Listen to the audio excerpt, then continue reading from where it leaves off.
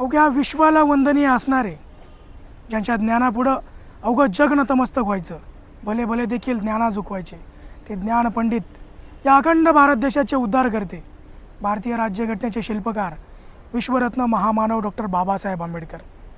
मग अशा या इतक्या मोठ्या विद्वान महामानवासाठी जर एखाद्या गावामध्ये तेथील ग्रामपंचायतीकडे जर त्यांच्या विचारांचा वारसा जपण्यासाठी एखादं बुद्धविहार बांधून द्या अशी वारंवार मागणी करावी लागत असेल, विनवणी करावी लागत असेल, अर्जांवर अर्ज करावे लागत असतील, तर समजून जा की त्या गावाची ग्रामपंचायत आजही इथल्या प्रस्थापित जातीवादी मानसिकतेच्या लोकांच्या हातात गुलाम आहे.